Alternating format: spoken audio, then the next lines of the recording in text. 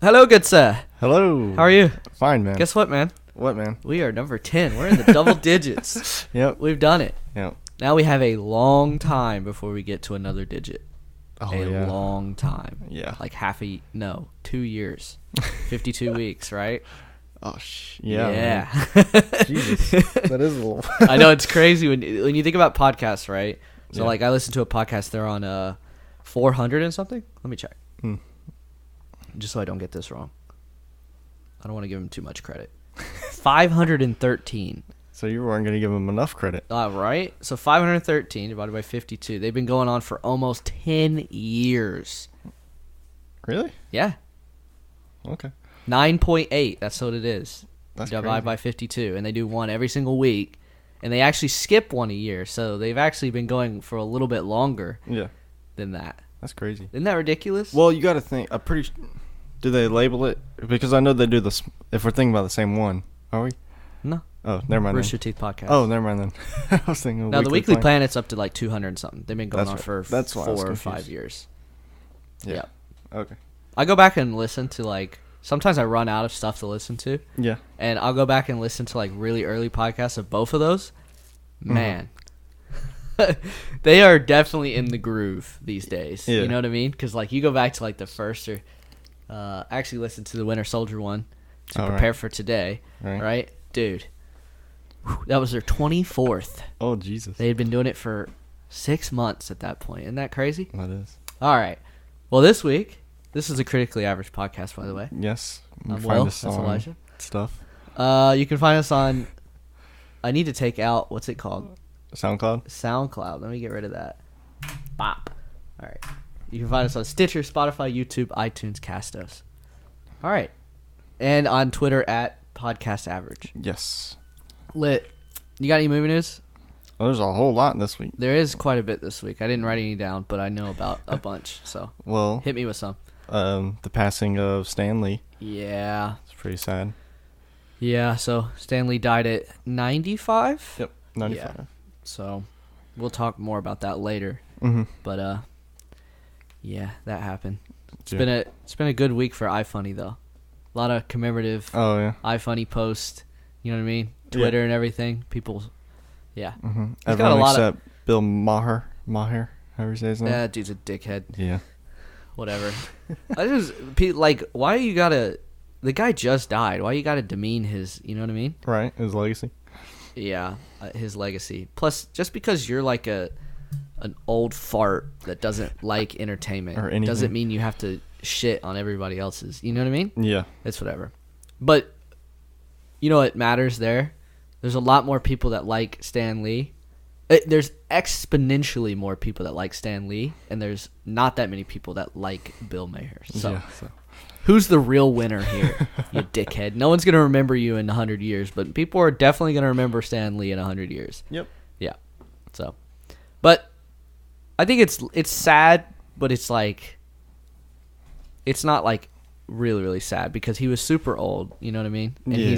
He lived a good life, long life. Yeah, he did, and he had a very successful, good life. You know, and he provided us a lot of great characters and everything. So, Mm-hmm. so I think it's more of like, I like how it's less people being sad and more like celebrating. Celebrating, yeah. Yeah. Yeesh. All right. Other than that, what's come out?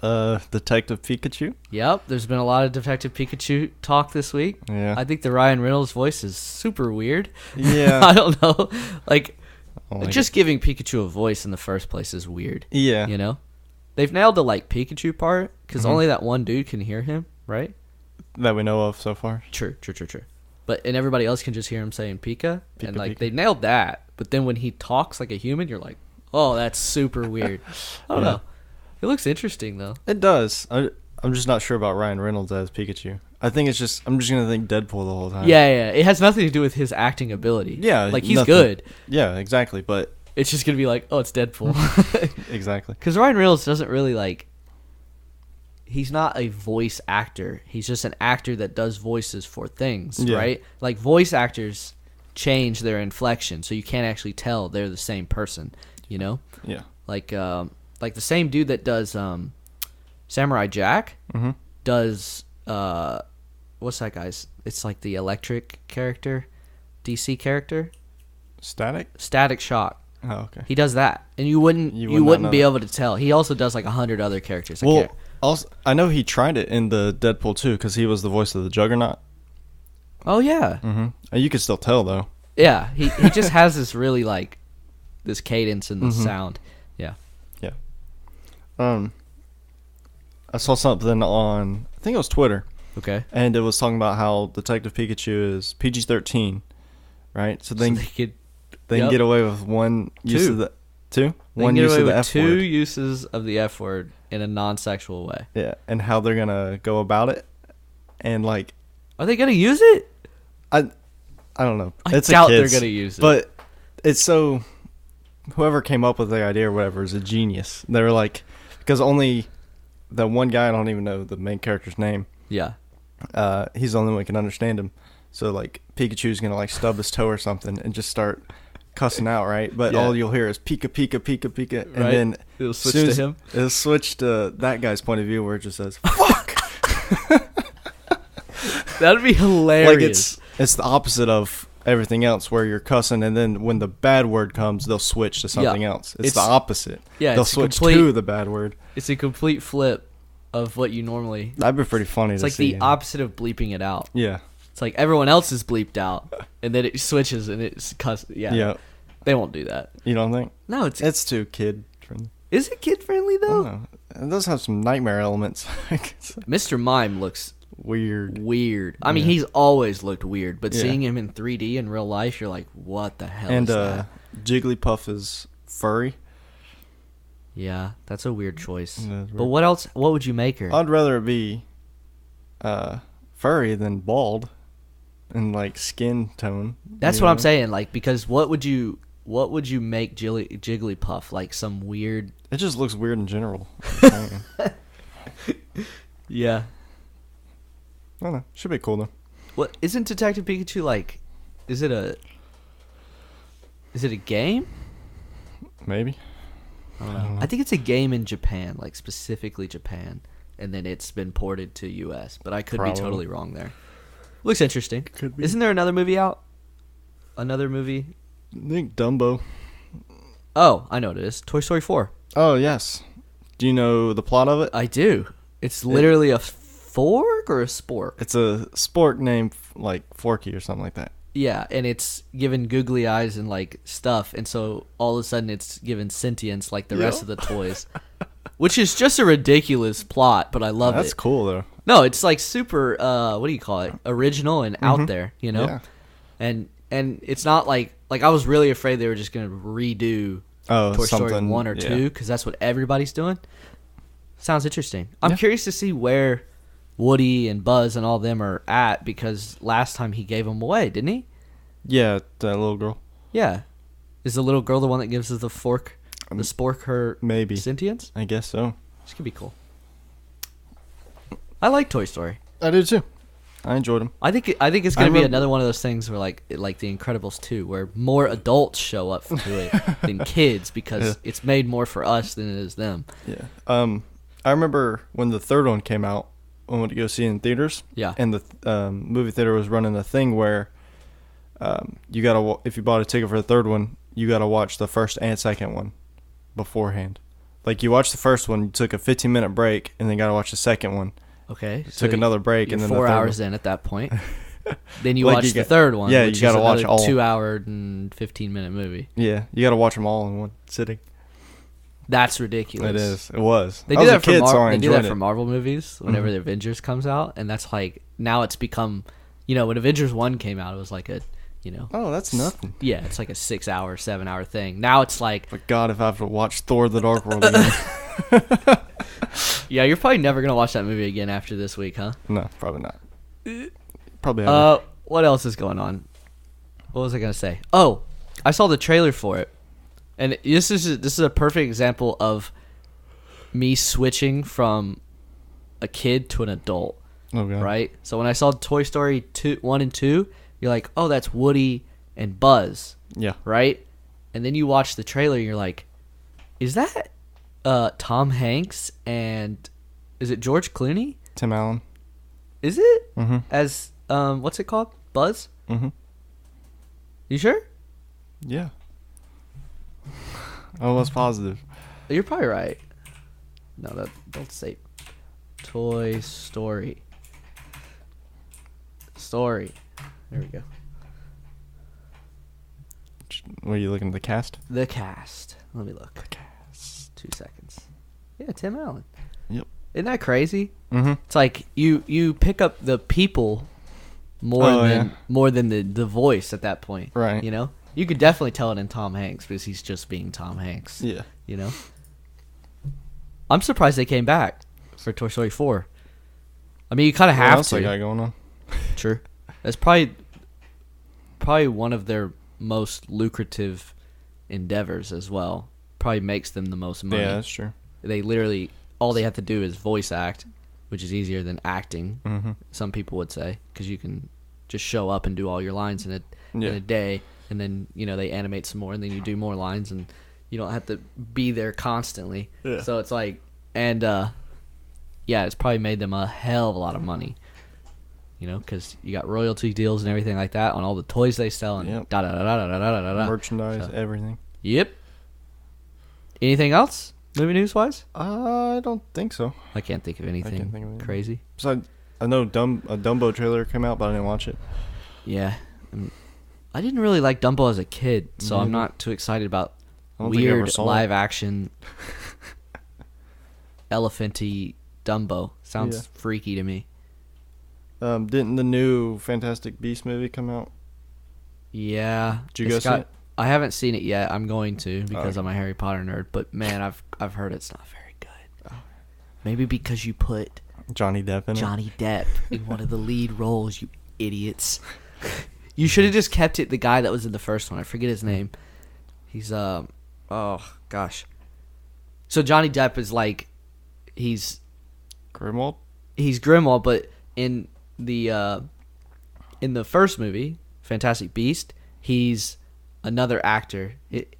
You would know him if you saw him, Colin Firth. Colin Firth. He's like that the whole movie, and in the last 5 minutes he switches to Johnny Depp, and you're like, really? So now you're like, oh, okay. So they just used Colin Firth. You know what I mean? Yeah. He was disguised the whole movie, and I'm like, nah, you should probably just keep it him, because he's better than Johnny Depp at this point. All right. Whatever, man.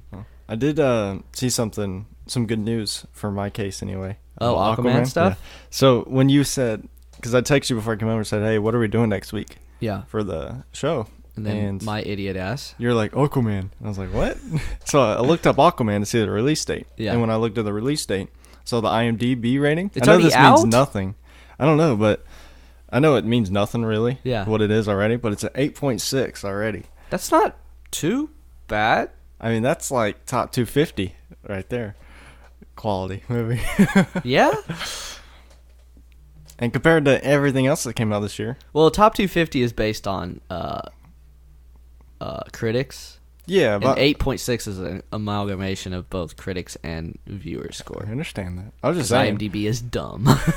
And a really, really bad movie can get a really, really good score because I wouldn't say really, really bad. Well, I mean, like the interview got a 9.9 just because of everything that happened. Everybody and their mother went and rated it 10 because they were like, USA, North Korea. USA. Yeah, exactly. Exactly. So, all right. So 8.6, that's a good start. Yeah. I'm excited about it, honestly. Mm-hmm. I saw a behind the scenes video. Uh-huh. It actually made me want to see it more. Really? Yeah, because it was I forgot the director's name, but it was him talking about what he wanted in this movie. And he said it was very character focused. So James Wan? Yes. Yes. And he was talking about the characters and like the hours of like martial arts combat the actors have been going through. Because Nice. like they do their own stunts in this movie too. Yeah. So maybe that means there'll be some good fight scenes. there should. That'd be sick. Yeah.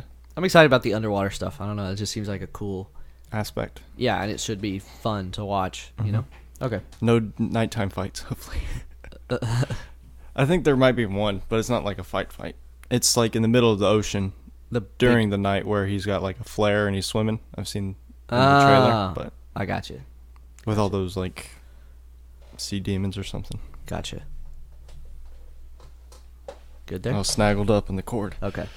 You want to do the list? Sure do. So I think this is a fun one this week. It was. I got to watch it. I got to watch a lot of movie clips. Yeah? Is that how you did it? Yeah. So what we're doing this week is just favorite 10 scenes Yes. from movies or TV. It could be for any reason, like comedy, action, badassery, anything like that. What'd you base most of yours off of? You'll see. Okay. Film snobbery. Really. I have an honorable mention though. Okay. You want to start with that then? Do you want to start with the honorable mention? Yeah, we'll do that. Well, yeah. My first honorable mention is Nacho Libre. The I hate all the orphans in the whole world. Okay. It's hilarious. And it's so dumb. And it's like, say it again to my face. it's like, exactly. And it's like it's actually a good plot point because it splits them up. Yeah. And, they have to come back together as friends, Mm-hmm. So that part's hilarious, though. And then he just, like, goes and rides his bike off or whatever. One more time. Say it again to my face. I hate all the orphans. Is that your only honorable mention? That's my only honorable mention. Do you have an honorable mention? No, I didn't. Okay. What's your number 10? My number 10's a comedy one. Okay. I know it's one you really like too. You preference all the time. It's from Wolf on Wall Street. Oh, yes. I'm not fucking leaving. That's a great scene. And it's so incredibly, like, just nuts. Yeah. Because everyone, like... Because he's in the office, right? And he's saying that they're telling him to leave and stuff, and how he said he's never taken no for an answer. Exactly. And he's been a hypocrite, and he's like, you know what? I'm not fucking leaving. I'm not leaving. And then just the whole place starts going nuts. Yeah, and he's just like... It's a really good... I don't know, because that it's based on him, like, building his empire, And you could tell that's him at, like, the top of his empire because everyone just wants to hear him talk, And he's just like, yeah, it's so sick. I don't know. It's sick. It's a good one. It has the vibe of, like, a, what do you call it? Like a, what's that movie? Came out with a really bad one. Will Smith is in it. He says, "Welcome to Earth." Independence Day? Independence Day. Has a really, like, Independence Day vibe where he's like, like that speech in Independence Day where he's, like, getting everybody going. Oh, yeah. But it's about freaking stocks and bonds, and you're just like, yeah, I feel so lit right now, but I don't know why. Right. Exactly. So, my number 10, I don't know if you've seen this movie. Have you ever seen Dead Poets Society? No? Okay. Well, at the end of the movie, there's a scene where all the kids from the movie... Robin Williams? Yes, Robin Williams is in there. Yeah, okay. He's a teacher of English, and at the same school that he went to. It's like a boys' prep school, something like that. All right. Right? And he had a secret society called the Dead Poets Society, right? And the kids in his class now bring it back, right? Okay. And so at the end, and one of their friends dies, and there's there's a whole story. But at the end, Robin Williams gets in trouble, or not in trouble, but he gets fired because of actions that happen through the movie, and they're taking him away, and all the kids get up on the desk and start chanting "Oh Captain, My Captain," which is like a theme in the movie, right? And it's really good, and it's sad, but it's like powerful. It's good. It's a really good scene. Cool. Yeah. Yeah, I came across that clip when I was doing the Yeah. Yeah. Yeah. Yeah, like it doesn't do anything for you unless you've watched the whole movie. Right. To be fair. Yeah. Because I just was sitting at work one day on my phone watching YouTube. I just typed in greatest scenes in movies. Yep. And there was like a 7 or 8 part video series. Seriously. Kinda. It was like someone just clipped them all together and Ooh. stuff. And that one was on there. So I saw it, but I just didn't understand. It doesn't make any sense. Yeah. Yeah. Yep. It's a good movie though. Yep. What you got? All right. I have the No Man's Land scene from Wonder Woman. Yeah. Yeah. Oh yeah. So probably like when they're like, you can't go out there. Yeah. They're gonna blow you up, and she's like, gone. She's already out there. You're like, probably geez. the best scene in that movie. Well, is the best scene in that movie. Yeah. Probably one of the best scenes in the DC universe as well. Besides the Batman fight scene. Yep. That's how I said one of the best. Sure. I love how she's just like deflecting bullets left and right, and and the Germans on the other side are like, what the hell is going on? Yeah. Because like Chris Pine starts with talking about how there's nothing they can do Yeah. from this. They've been here for however many years, like 2 years. Exactly. And haven't gained an inch on the Germans. And that people are dying and stuff. And then she's trying to help them, but she's like, there's nothing, or Chris Pine says, there's nothing we can do. So she's in disguise, basically, with her hiding all of her stuff. And she just puts it on and then starts going out there fucking shit up. She has like that big coat on that like makes her look like a regular soldier. And she just busts out. Yeah, like she puts her tiara on, says, I can save them. Yeah. And then she just unrobes with her. Pretty lit. Yeah. It's a pretty lit scene. Yep. I like that one. Yeah. My number 9 is from Good Will Hunting. I've talked about this before. Yeah. But it's like the scene where he shows up and he's not there anymore. And he because the whole movie he's like, you're smart enough to go do anything, yet you still like think you're not good enough, Yeah. And so his brother's like constantly, he tells him later in the movie, he's like, I'm literally just living for the one day that I show up at your house to pick you up, to take you to your shithole job, and you're not there. Because that means that you have done something with your life, and you took this gift that you have that none of us have, and you've used it to better other people's lives and your life, and and then you get to the end of the movie, and he shows up and knocks on the door, and he doesn't come out, and he's happy. He's happy that his friend is not there. Right. And it's like, it's a really good scene. There's another one in that movie as well, Good Will Hunting, when Robin Williams finally breaks through, right? And gets him to express himself, because the whole movie he's just like meh, and will not like let anyone into his world, Yeah. So yeah, it's a good movie. 2 Robin Williams back to back. Wow, good for him. All right, my number 8 is Trip gets flogged from Glory. Glory. What war is that about? The Civil War. Okay. So what? Trip is Denzel Washington. Yep. It's where it's I remember this now. Yeah, and he does something I don't quite remember, but where he like disobeyed his captain or something like that, and he had to get whipped basically.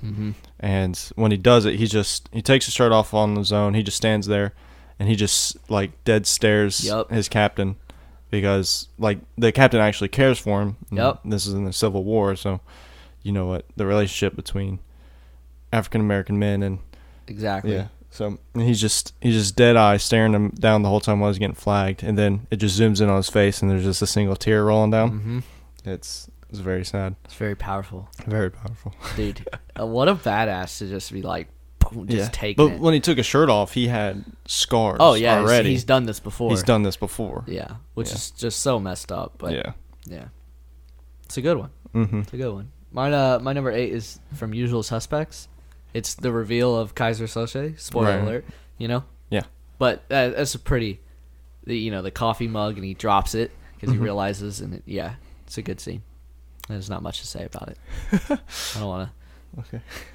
But it's just, it's like you realize, oh, the dude that's been like the, I don't want to say who's been giving off the mentally handicap vibe and like not being able to do anything is actually the orchestrator of the entire movie, and if you don't know about it before it, which I just told you about it, but if you don't know about it before it, it's pretty sweet, right.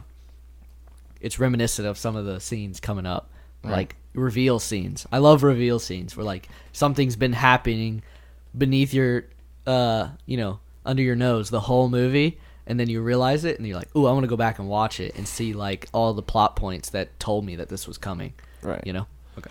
What's your number 7? I have the 7 box scene. Oh, dude. That's nuts, because my number 7 is 7 box scene. We're so lame. I mean, it fits. We do this like every week. Actually, that just happened.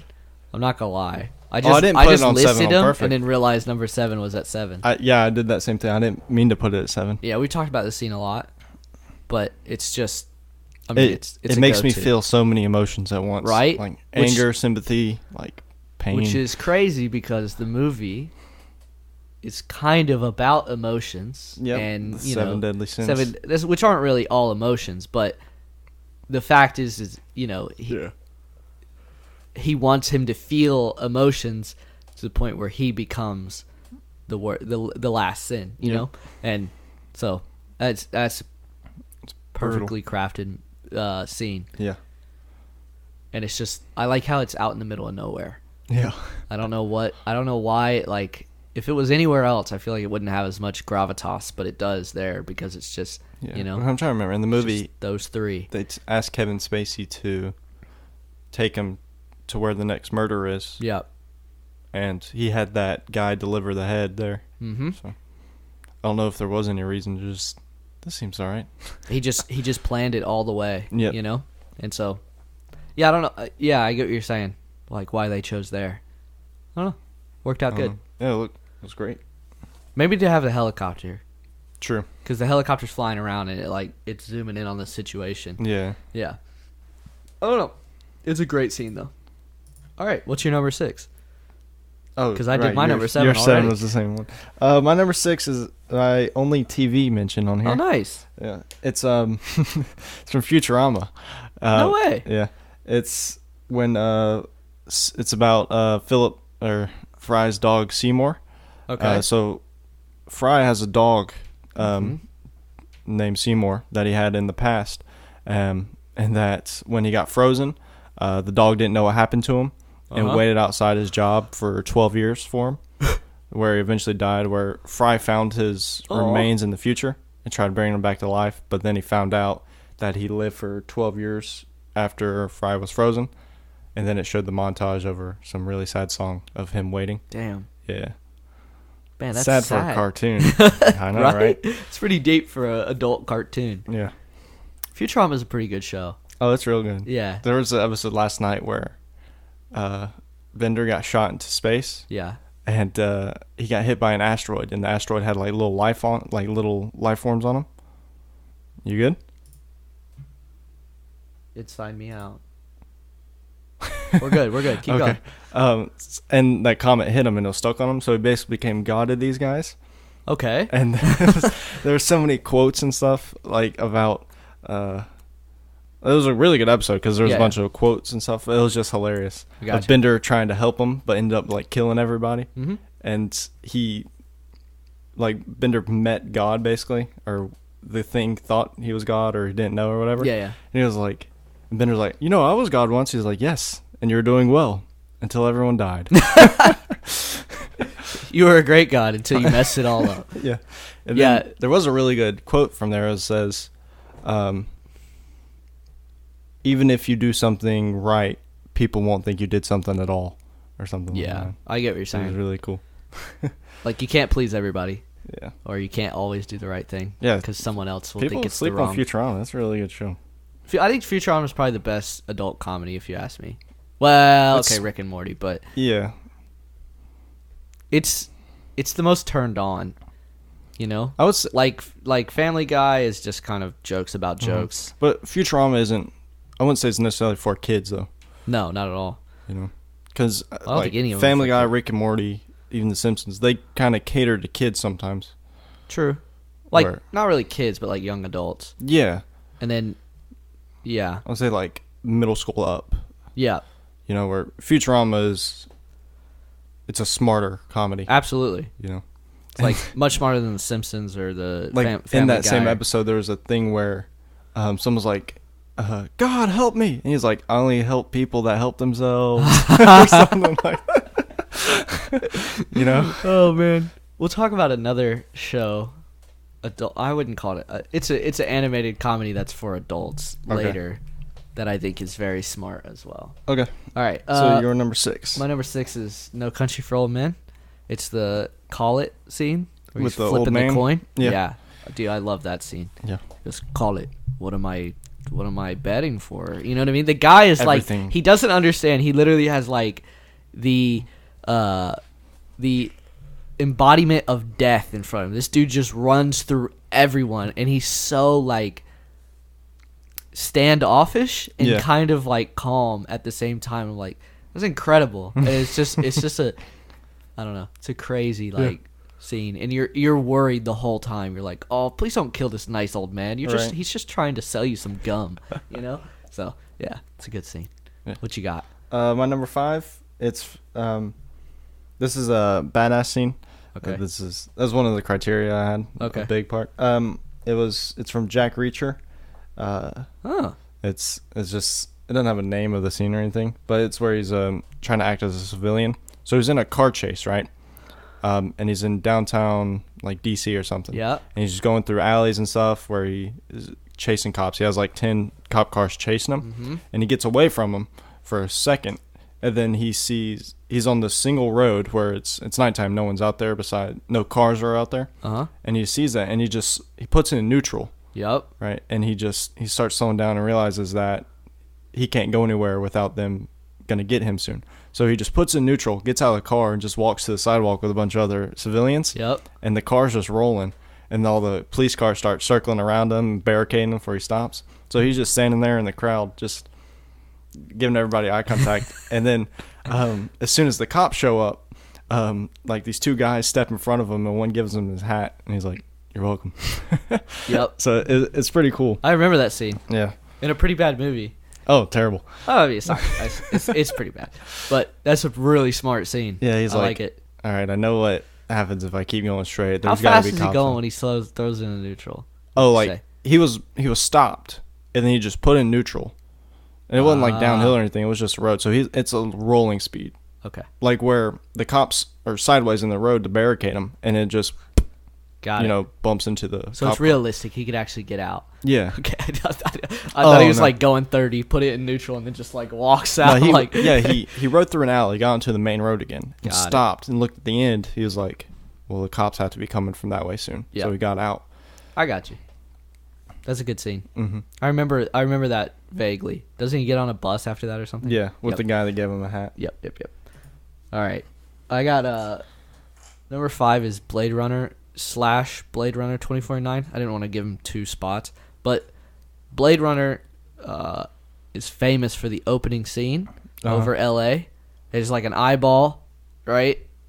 And then it switches because the whole movie is kind of about eyes. Like they use a device to see if you're a replicant through your eyes movement, right? And then it switches to L.A. and you see the first like flying car, and then all the oil like things shooting fire up, and it's like a really iconic. You're like, whoa! And I remember my parents told me about this. Movie came out in like 1980 something, and it was like there was no movies like that really showed the future in a very Bad light. not bad, but just like very different. Oh, okay. Like all the future movies thought it was like Back to the Future. exactly like really weird and radical, and this is like not that. It's like just nuts. It's like technology has just gone to the next level. Right. And yeah, it's kind of a crazy scene. And then in Blade Runner 2049, they pay homage to that, and you get the same sort of feeling. You just see like just miles and miles and miles of protein farms because we've ruined the earth so much that we have to literally farm protein from like worms so that we can survive. Right. It's crazy. Yeah. Both great scenes. Both have like crazy scores over the top of them that are really cool. So, yeah. All right, my number 4. Let's hear it. I got the "Want to See a Magic Trick" from The Dark Knight. Oh, Yeah. cool. Yeah. I like that. Here it is again.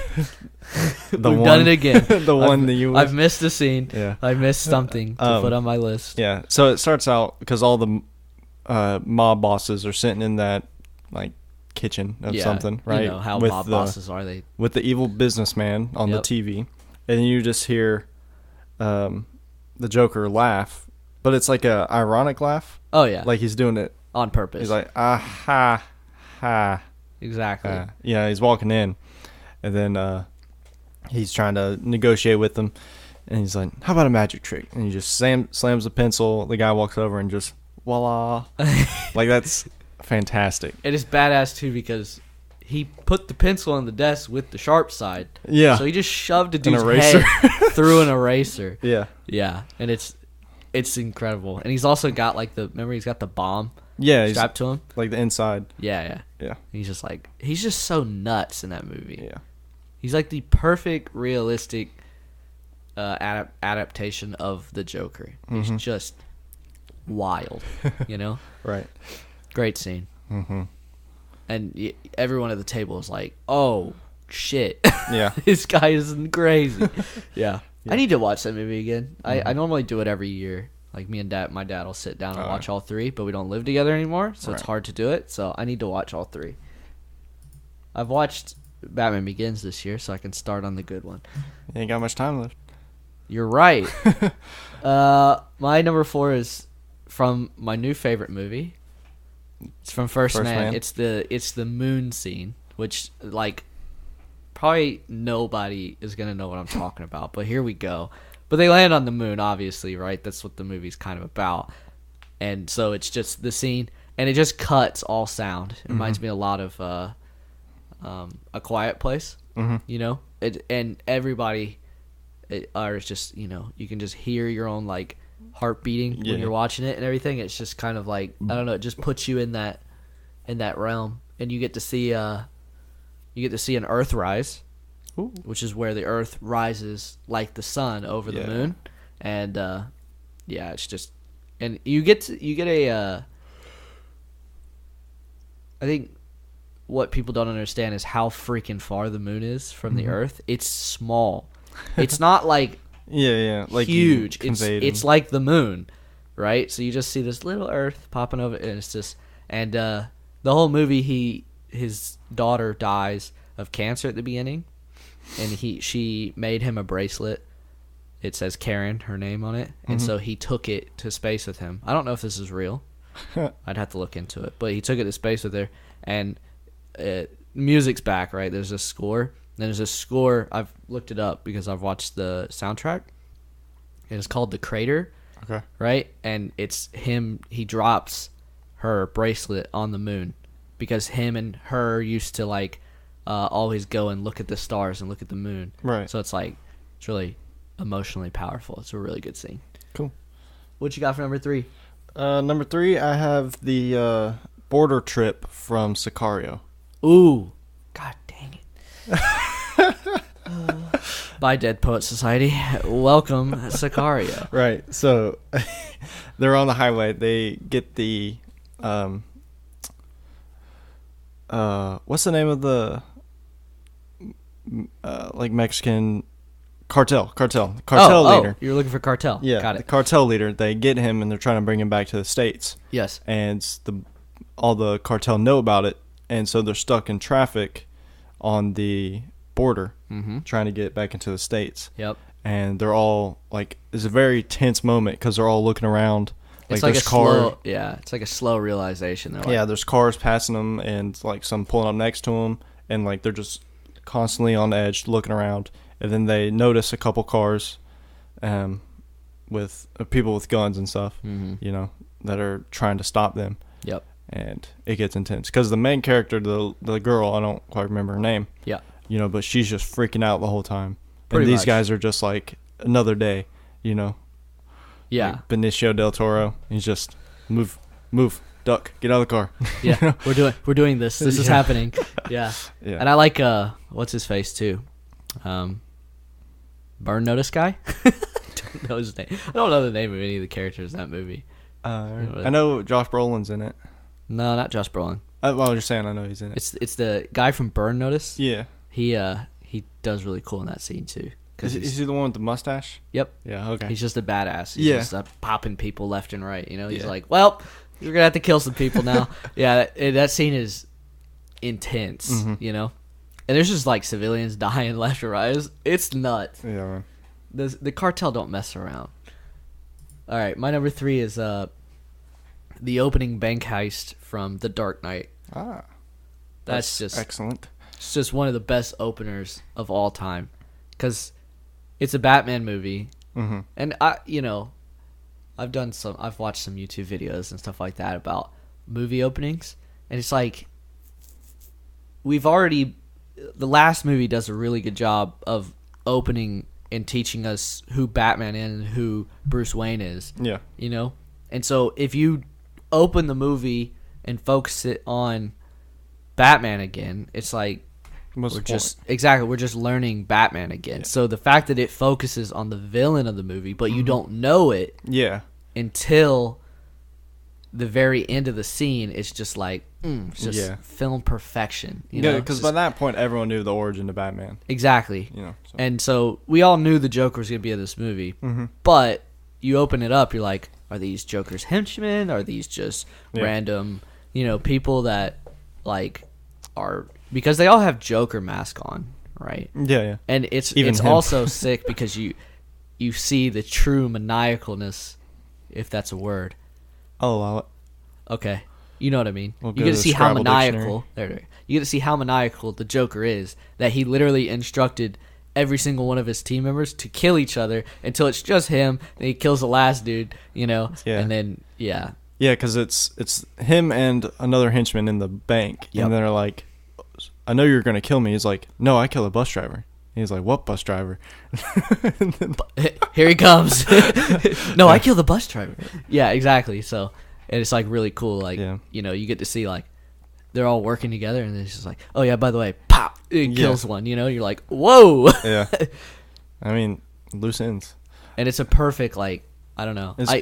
And when he unmasks, it's really cool too. Go ahead, just finish it. I can't remember many movies that I literally know the very first scene, and it's the shooting across the building. I mean, I don't know many movies that I can tell you about that. Yeah.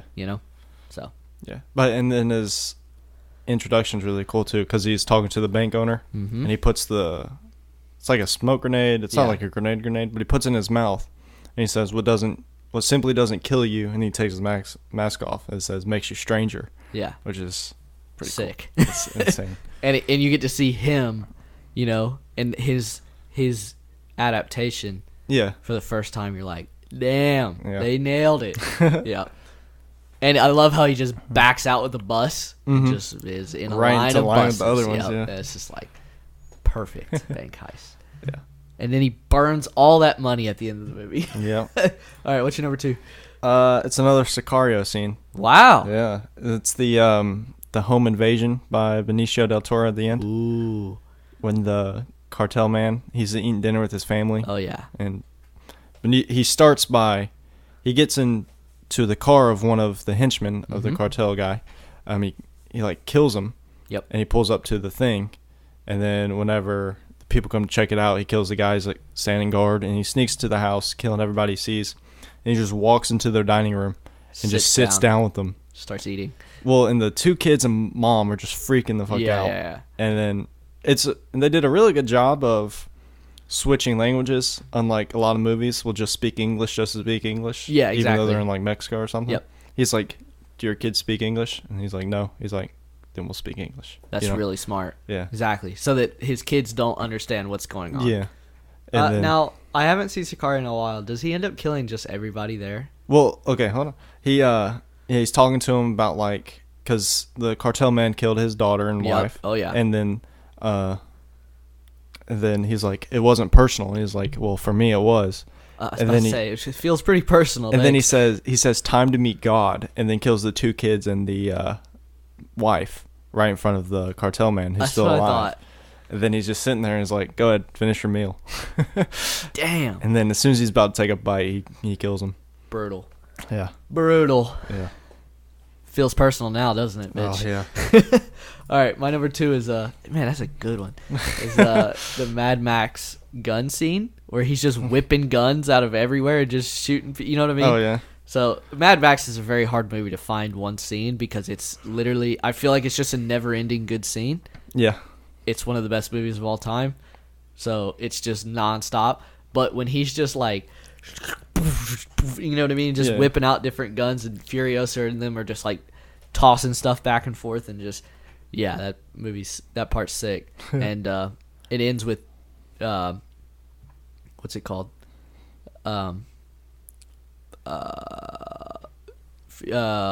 What's his name? Morton Joe, like wrecking his truck, doesn't he? Yeah. And and so they think they're free, and no. No. Yeah. Right. There's another great scene in Matt. I mean, like, once again, the whole movie's a great scene. But when Furiosa's scream on top of the sand dune, when she realizes that her life is pretty much like they have to head back. Oh, yeah. And all her people are dead. Yeah, right. So yeah, good movie. Mm-hmm. What's your number one? All right. In my opinion, the greatest movie scene of all time. This is pretty. Any idea what movie it'll come from? We've already mentioned it. Probably The Dark Knight. It is. It's the interrogation scene. Oh, that movie gets me gassed. Yeah, I mean, that scene gets me. Yeah, that's what gave me the idea for the list. Good. It came on my YouTube suggested. It's a sick scene. Mm-hmm. It's just insane. Yeah, so it starts out with Gordon talking to Joker, and he says he's doing something. They're talking. He's like, "Well, if it's gonna be like this, I'm gonna go grab some coffee." And he's like, and the Joker said, "So good cop, bad cop routine." And then Gordon said, "Not exactly," and just turned the lights. Yep. Well, the lights were off basically. Yeah. Besides one light over the table they were sitting at. Yep. And then the lights are on, and just Batman's behind him. Yep. And just bam. You never start with the head. It makes me groggy or something like that. It makes them groggy. Yeah. Yeah. And it's you never see Batman on that, like, he's on the edge. He's on the edge for sure, and he has no control over anything that's happening. No, he's like getting to a breaking point. He's struggling. Mm-hmm. He's definitely struggling in that scene. And, and Joker's like knows he's struggling, so he keeps pushing him. And the Joker takes his one advantage over, or is it really like two advantages over everyone he's ever faced before, like fear and strength. Yeah. So like he's beating up the Joker, and the Joker's just laughing it off. Exactly. So that just makes Batman more angry. Yeah. And then he's taking away the thing because he's playing mind games with them, he's telling them where Rachel and Harvey are. Yeah. He says you can only save one. Yeah. And he says, where are they? And he says, well, what time is it? And why does that matter? Is because depending on time, he's either in one place or several. Yeah, exactly. And it's also a crazy scene because it's like because the Joker, like you said, he can't overpower. Right. Like there's very few characters that can overpower Batman, Bane being one of them, which is interesting because the next movie you get to see a different character. Yeah. Right? A different a guy that can not only outsmart Batman in certain situations, not entirely because he does beat him, and can also overpower him. Mm-hmm. Whereas the Joker is just pure outsmart. Yeah. He just has situations set up. And I would say the Joker absolutely outsmarts Batman throughout the entire movie because he does everything that he says he's going to do. Yeah. He kills Rachel. He blows up the hospital. He puts 3 different people on boats and hangs people from bridges and stuff. He's like, if you don't demask yourself, I'm going to kill 3 more people. Exactly. And he did. He does it. He literally does it the whole time. Batman realistically doesn't fix much in that movie. That's why he stops a lot of people from dying, but a lot of shit happens, and he has no control over it. He's really like just struggling to keep up with the Joker a lot in that movie, which is interesting because in that scene, it's like he just wants to kill him. But because in this universe they did it right, he can't kill him. Right. 1, because he has knowledge that he needs, and 2, because it's not like him. Yeah. But man, he wants and Batman even said to Joker's like, what do you want to kill me? He said, no, I don't want to kill you. You complete me. Yeah, exactly. Like you're the only reason I'm having fun. Like you're the reason I'm out here doing anything. Yeah. Exactly. That movie's so good. No, man. Greatest movie of all time. It's pretty damn good. it's got to be up there. Yeah. All right, my number 1 is the Andy's escape from Shawshank Redemption. Right. It's like I had a feeling you would say that. It's okay. Shawshank Redemption has been my number 1 movie for a long time, and it's it's just a perfect movie throughout the entire thing. It's just so good. And the first time you see, like, even though you know he's going to escape because this movie's been out so long that I didn't have the ability to watch it the first time without knowing anything. Yeah. So I knew what was going to happen at the end. It still bamboozled me and surprised me, which is hard to do, And the realization, spoiler alert, if you haven't seen this movie, really don't listen to this because it's really cool. But like the realization that he worked his way into every facet of the prison so that he could escape, not because he's a bad guy, but because he is a good guy and he's been wronged. Yeah. And even when he's in prison wrongly, all he's doing is helping the people that deserve it. Yeah.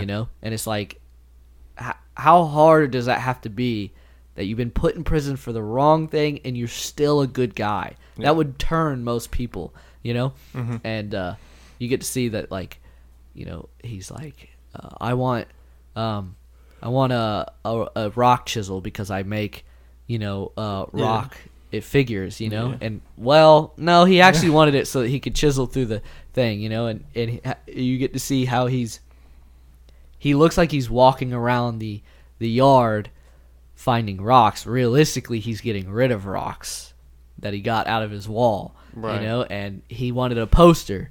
Why? Because, I just love this one girl. No, I need to cover up the giant hole in my, and all these things, Yeah. And it's incredible. Very like, methodical. And then when he gets out, there's just that iconic scene of him, with his arms raised and it's raining and he's just crawled through a mile of poop and shit. Yep. And he's just like, oh my God, thank God, he's finally out. And then you get to see the warden get in trouble for all the shit that he's done, and he ends up killing himself because he's like, well, because Andy has done his taxes and everything and has figured out his corruption, Yeah. So, yeah, great scene. Yes. All right, are you Good. ready to do? Good lists. That was a good one.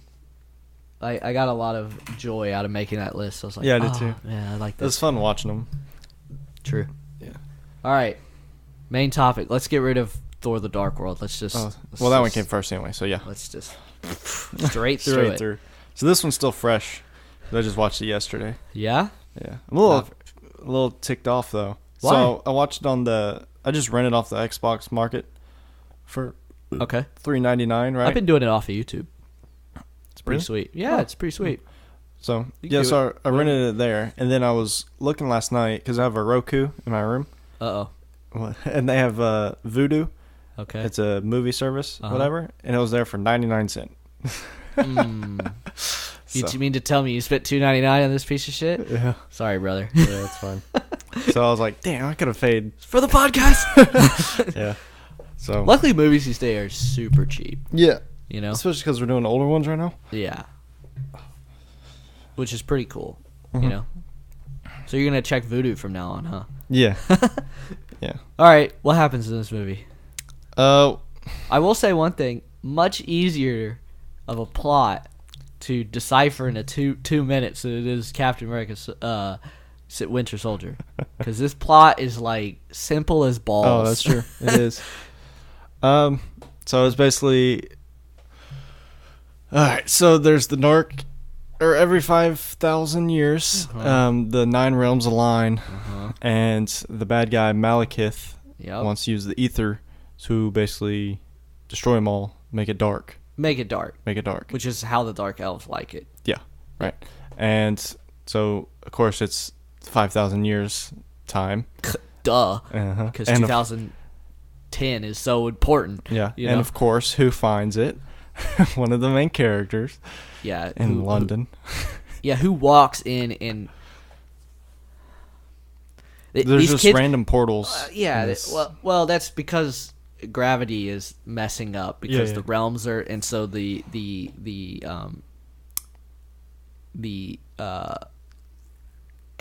fabric between the realms is becoming distorted. Yeah. There we go.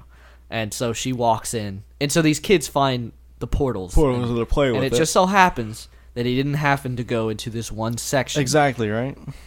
So she finds the ether. Yeah. Like a fucking idiot, she goes and touches it. Yeah, and it's inside her. Yes. Yeah. And then Thor shows up, takes her back to Asgard. Which is, by the way, we talked about bad movie tropes a few weeks ago. Damsel in Distress. That one? Well, I think I said something along the lines of, I hate when a person becomes the MacGuffin.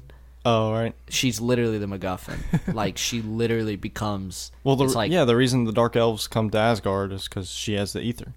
Yeah, which, by the way, we'll get into this in a minute. She's a shitty like, I guess it's more Thor's fault for bringing her there. Yeah. How bad does she have to feel? Like, she got a ton of people killed. Mm-hmm. But, so, basically, she becomes the MacGuffin, like, the plot-driving force, because she, one, awakens the ether, which brings all the elves back. And it just so happens that she awakens the ether, 5,000 brings all the elves back during the convergence. Yeah. Oh, man. Yeah. Glad Marvel movies got better. Yeah. And so Thor takes her to Asgard, then he takes her to their homeworld. I do like, there is one scene I really do like in this movie. And it's like where her and Darcy realize that they're not getting rained on. And it's because he just teleported there, so it's still like all messed up. You know what I mean? Yeah. And so she looks over and it's Thor. I like that part. That part's cool. They're like, wait. Well, because it's a circle around them. Yeah, it's like a perfect circle. And it moves whenever she does. It starts raining on Darcy. Exactly. Who I found very annoying in this movie. What?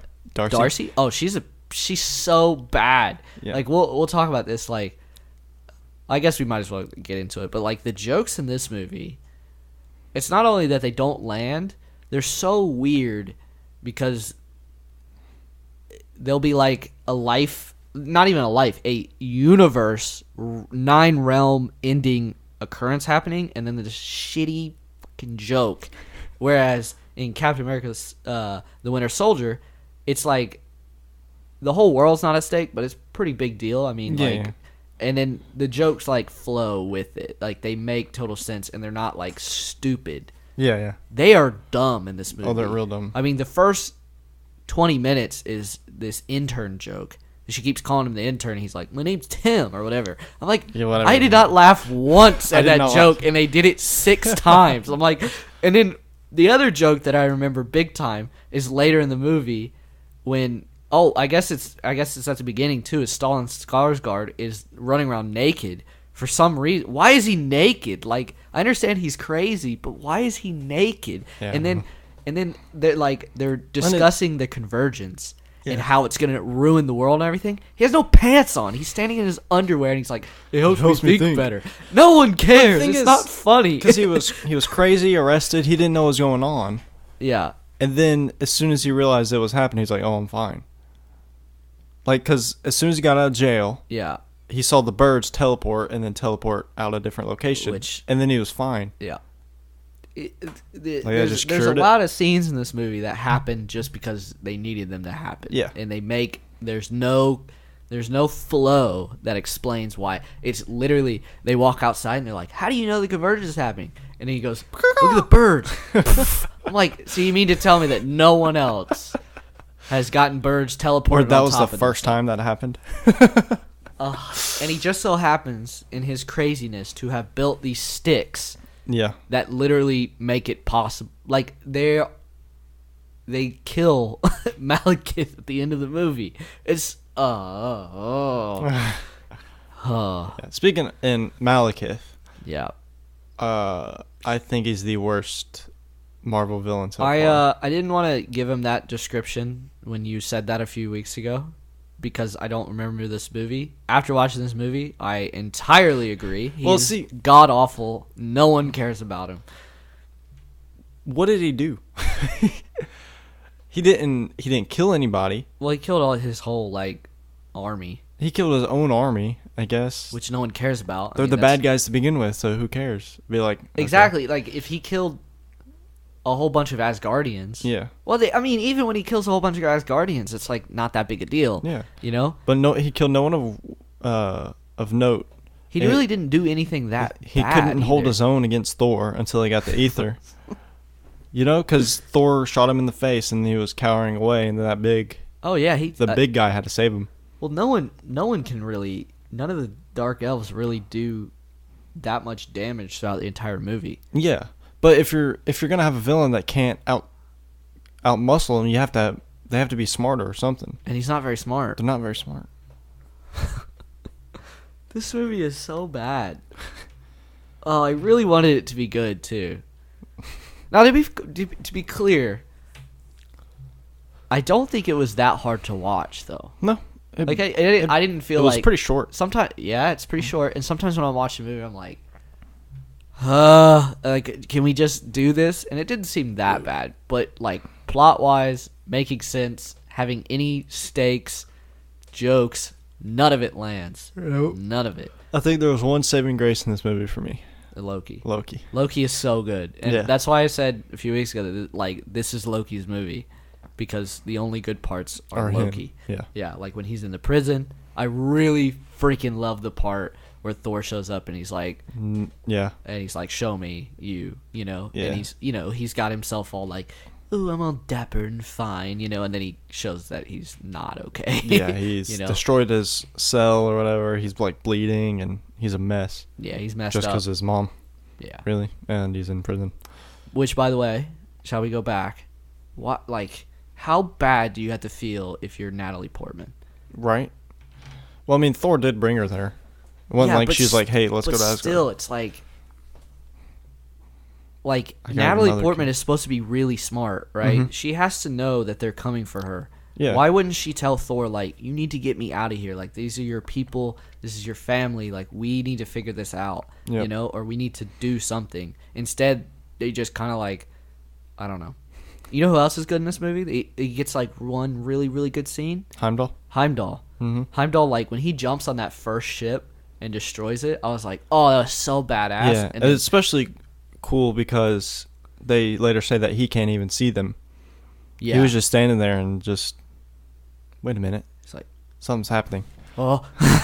Yeah, and he's just like, just running. Yeah. He jumps. Yeah, he's sick. Mm-hmm. Yep. Yeah, it's like they realize we have an amazing actor on our cast we're not using, right? Exactly. And Heimdall, like, he's but also... we're given Macy or whatever her name was sometime. Macy. The girl, the annoying one? Darcy. God. I was going to say Daisy, but that didn't sound right. All the Earth shit is garbage. I don't think there's one good Earth scene in this entire movie.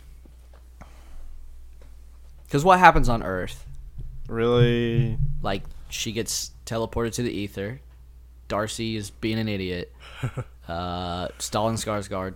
And then the final battle scene. Which isn't really much of a battle. It's more like... It's very just short. Funky. It's just weird. Not even really a fight. They're basically... I guess it's a fight more with his minions than anything else. Like, they don't because really they're just fight. Teleporting the whole time, And they're not... It's not like they're punching the whole time while they're teleporting. They're just trying to get a hold of what's going on. Yeah. I think there is one... I'm trying to find some redeeming qualities. There's one really funny scene when he gets teleported to, like, the subway. Oh, yeah. And he gets in, and he's like, which way to Greenwich? And she's like, 2 stops this way. And then it goes, and Yeah, and I love how he's just like, I guess he doesn't have his hammer, right? So he's just like, because they got teleported and just, yeah, or so he got teleported while it was chasing them. So his first thought is to get on the subway. Yeah, it's funny. And don't you love how the convergence just so happens to be in the exact place that they're at? The convergence of 9 realms. Yep. Right? One, it happens to be on Earth. Like, what is so gosh darn special about Earth? First off, there's billions of planets. There's 9 realms, apparently. At least it wasn't New York. Huh? At least it wasn't New York. Right, if it would have been in New York, New Yorkers would be like, what the heck? Come on! Yeah. This movie also just does some weird stuff. Like, I don't know. I felt like the ship coming into Greenwich was just like they just had an intern that wanted to show off his special effects abilities. Yeah. Because it comes in invisible and it runs into the water, and then it doesn't like pick up, No, it just goes through like for some weird reason. Just. I do kind of like how the civilians like are like, oh my god, it's Thor, and they're all like taking pictures. I kind of like that. Oh, Like, yeah. will you run away? It's Thor and his hammer. Don't you realize whenever Thor is here, That's bad. that's bad. Like you shouldn't. You know what I mean? Yeah. Unless they're eating shawarma, you need to run. But yeah, I mean, and the most interesting part of this is Loki like infiltrating Asgard. Faked his death. Yeah. There's nothing important about this movie. Mm-mm. The only thing that makes the this movie important is Captain America scene was kind of funny. Loki turns into Captain America. I remember. Yeah. And he's like, oh, honor and valor and da da da da. You is like, I don't know. He said something like, "Oh, the patriotism." Oh, the patriotism. See, Loki is just the best part of this movie. Period. Exactly.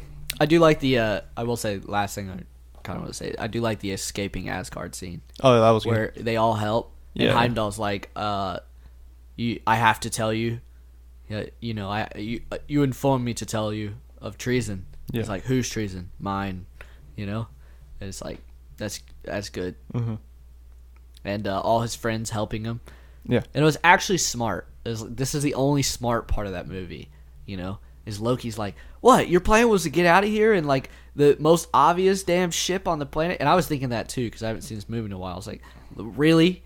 They stole this one ship that everyone's going to know that's them? The one that's not theirs. Exactly. And then he pushed them out. That was smart. It's like Yeah. the only smart part of this movie. Yeah, that was good. One writer was like, hey, why don't we do this? And they're like, hey, that. You know that iFunny meme where it's like three people sitting at a table? And Yeah. the last guy gets thrown out the window? Yes. Yeah, that's what they did. They threw the good writer out the window. Yeah. Got anything else for this movie? I don't think so. All right. Boner score? No. No. It's not very interesting. Cinematography? I think, man, It looks pretty good. yeah, like I said, some intern doing his special effects. It's a pretty good looking movie. Yeah, it looks fine. The one thing I will say that I don't like is the dark elf planet. It's so lame. It was so dark and gray. It's like, why would you want that to... And there's, like, you want me to believe that they're a society? There's nothing there. Like, I understand there's planets, like we have Sahara deserts and stuff like that, but it never shows the dark elves having any sort of city, society, anything. Oh, I just remembered. It reminded me of this scene. You mean to tell me that Thor and Natalie Portman, minus the ether now, just so happen to get into a sandstorm and walk into the one fucking cave that will send them back to Earth? You seriously? Right. A lot of ex machinas. There is a lot in this movie. There's people just going, wait, we've sent them somewhere, but we don't know how to get them back. All right. It's like, oh, put a scene with the keys at the beginning and make that, That's so bad. I mean, I don't know. And it's like blatantly obvious, too, because it's just, ugh.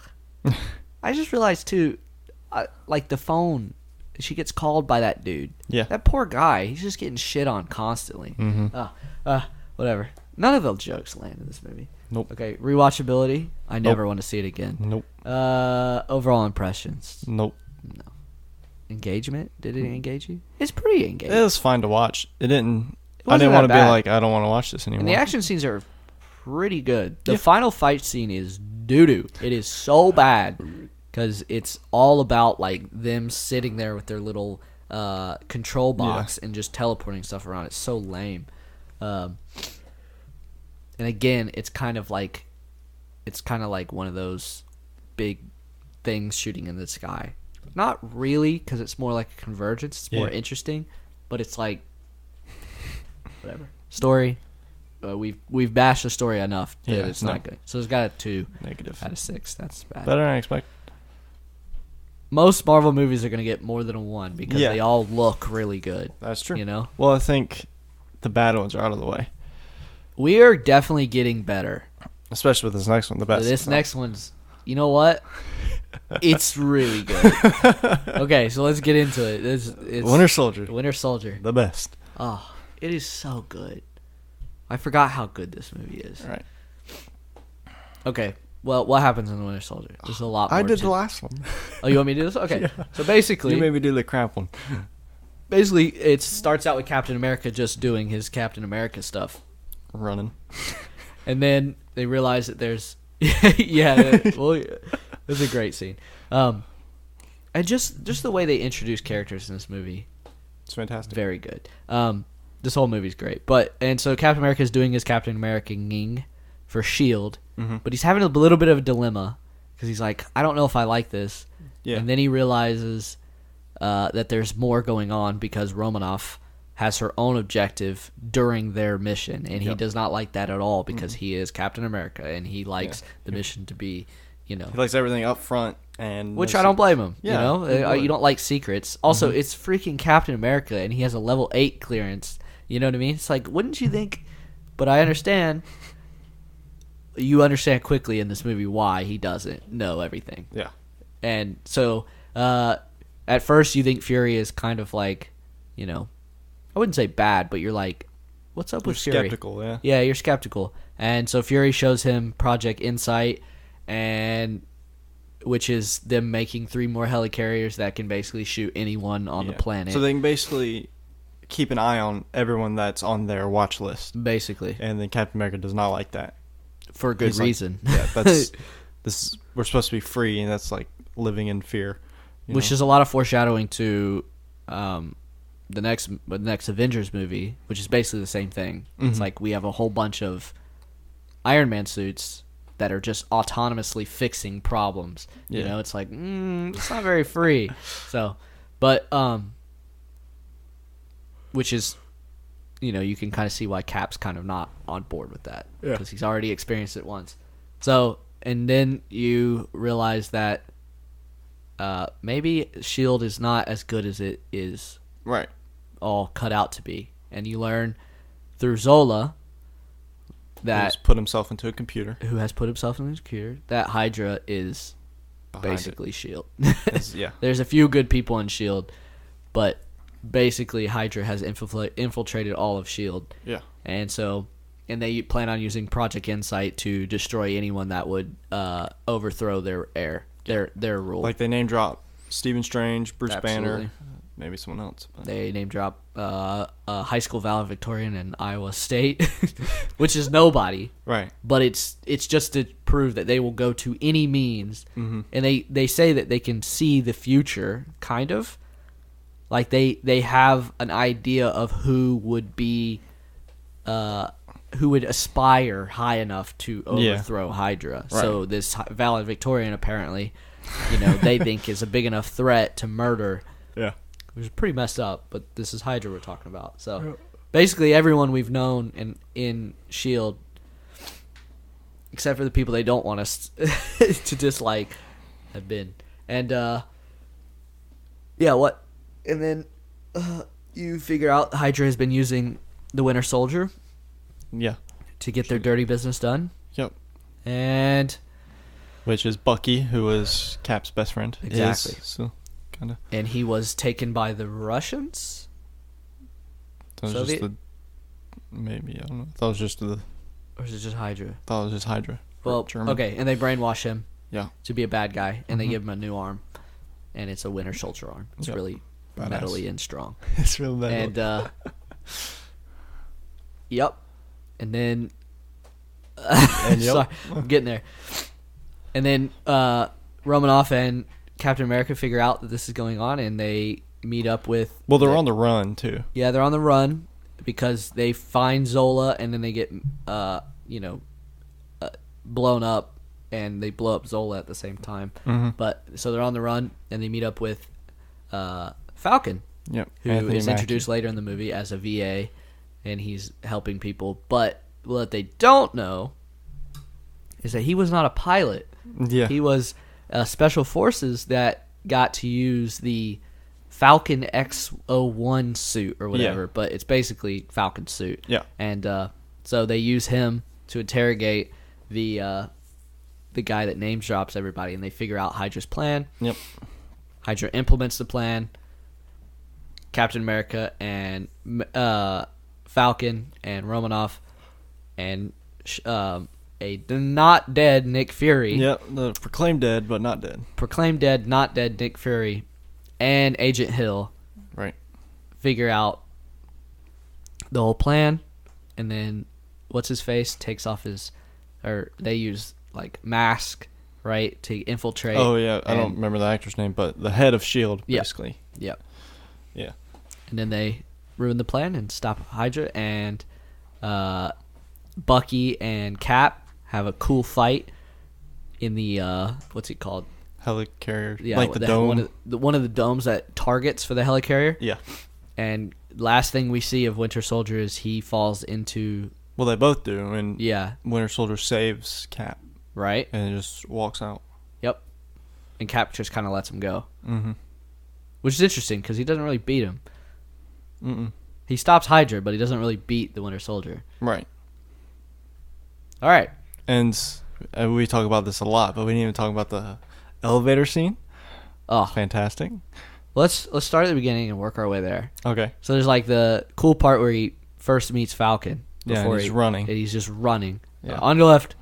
On your left. Don't over say there. Don't you say it. Yeah. And so he meets him there, and that seems like a natural meeting. Yeah. You know what I mean? It doesn't seem forced or anything like that. And it's also the first scene in the movie, you know? And it's just like, yeah, it just seems like he's just meeting friends, you know? Yeah. And I love the scene where he's like pulls out the book and He's writes got all that the stuff he needs to catch up on. It's fun to pause it and look at that Look at all the book. stuff, He's yeah. got some interesting stuff on there. So, yeah, and then what happens? They go on that mission, and you get to see Crossbones for the first time. Yeah. But this is before he was known evil. Yeah, and you figure out later in the movie that Nick Fury actually orchestrated that whole pirate takeover. Yeah. To get the information from the ship. Yes. Right? Which is kind of interesting because it's like it's kind of out there, Nick Fury. You know what I mean? It's like kind of not exactly right, but you understand he's got a little more knowledge than everybody else does. Like he understands what's going on, and then so that's where that's where Cap figures out that Romanoff has her own mission. He gets pretty pissed. What's his face? Brings Shows him back to. He confronts. He confronts Nick Fury about it, Yep. and then that's when he tells her the whole deal about the helicarriers. Yep. I like how Iron Man has fixed the helicarrier, like the turbines. Oh yeah, he got up and close with one, is what he said. Yeah, exactly. Yeah. But yeah, the elevator scene is because after Nick Fury dies, Captain America is picking up on the fact that it's all messed up, and all these people keep getting in the elevator. Like one is like sweat dripping. One keeps holding his shock thing. Yeah. And then what's the other one do? I can't remember. Something noticeable. Well, people just keep getting around him. Yeah. You know? Oh, what's his name? Keeps talking to him, like trying to distract him. You know? Yeah. And then they start fighting. Hey, you know, if anybody wants to get out. Which is great. That fight scene is so good. Yeah. And I like how they have those the handles to the briefcase are like magnetic handcuffs sort of handcuffs. Things. And so half of the fight he's just beating people with his legs, you know? And he's just like punching people, and he's constantly getting shocked, you know? Yeah. And I love the scene where he Crossbones, future Crossbones, is like, Cap, I just want you to know this isn't personal. And he's like, he beats him down, and he goes, that felt kind of personal. It felt that way. It felt that way. Yeah. I love how he beats him too. He just fucking tosses him into the ceiling, top of basically. Yeah, the top of the elevator. Yeah. So intense. Yeah. And the thing though I like it so much is it's still a superhero movie, but it's not like a slap you over the face superhero movie. No, it really doesn't feel like much of a superhero movie at all. Mm-hmm. You know, it's like there's a lot of espionage, like there's a lot of undercover work. Stuff it's like really that. Smart. Mm-hmm. You know, you really have to pay attention. Like when I was a kid and the first time I watched this, I didn't understand the whole Nick Fury orchestrated the thing and all that. But watching it back is like, you know, now I paid attention and got all that, you know, and got Zola I do have a problem with the Zola scene. It's just kind of like super fast exposition. No, I It understand. just kind of explains everything. But I get it. Yeah. You know, you got to balance, and Yeah. I think the Russos do a really good job of balancing. I really like the scene on the boat at the very beginning, where you get to see Captain America just doing Captain America things, and you could tell he's like been practicing. Like, Yeah. he knows how to throw his shield now, like perfectly, and he's like, I also like, they're not like, I don't know. He doesn't want to kill people, but you could tell there's definitely a few people that are dead. Like he kicks one dude, and that man just gets like cracked over the side of the boat, Right. and then just falls over. Yeah. Like he's dead. paralyzed and just fell into water. Like he is dead. Okay, and the way he just kicks the shit out of him. He just Spartan kicks him and launches him 20 feet into a wall. Like, Yeah. Oof, man. like we said the other week, they might not be dead. They are seriously messed up. Yeah. And then Romanoff, you could tell she's just badass. I mean, her scene yeah. in that is she's just shooting people left and right, you know? And I kind of like that. Because it's like, I don't particularly want my superheroes killing people. I noticed that in Thor too. Like the Marvel heroes will just kill without hesitation. Like Thor did it easily. But it doesn't seem like a murderous rampage. Like, it doesn't seem bad. Yeah. It's like they're killing for a reason. Yeah. You know? One, because their whole life is... Like, Thor, his father has just murdered people left and right to get... You know, you What do you learn a wanna lot do? about that in Ragnarok. And then... So, you know, that's just what he does. Yeah. Yeah, I think it's interesting. They're just kind of... It's kind of like the thing where, like, you know, if a few people have to die and they're bad people, you know, to Yeah. save thousands of good people, is it really Kill a that few big to a save deal? thousands. Yeah. Yeah, and we're not even killing civilians, you know? It's like, not even... They signed up for this. We're not sacrificing civilians. We're sacrificing bad dudes to save civilians. Yeah. I love that scene, and I love the... most of the elevator fight scenes end when he hits the ground. Mm-hmm. And I like the scene where he's like the bald head dude, bald head bad Hydra guy. Right. He's Stillwell. Something, maybe. That Something. sounds right. He's like, are you serious? He's like, this dude's unstoppable. Like, he Yeah. just fell 7 stories through 2 things of glass. Yep. And you Well- can tell it hurts him too. He's like, Yeah, he gets up real slow, like Yeah, a daredevil. yeah, and then he runs off. Yeah. And then it's not even over at that point. No, he's 'cause like, he trying takes to out a get away. helicarrier. Yeah, And he's riding his motorcycle, you know? Like, Mhm. flips the motorcycle into it. which is insane. Yeah. It's crazy. Good stuff, man. Good Mhm. stuff. And then, what's another good scene? I love the,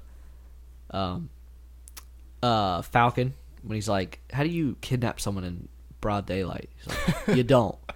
And he hands him the file, and he's like, what is this? He's like, let's call it my resume. Yeah. You know? It's like, you could tell he was like... Thought he you was were a pilot. I didn't say a plane. He said, I didn't say I was a pilot. What's it called?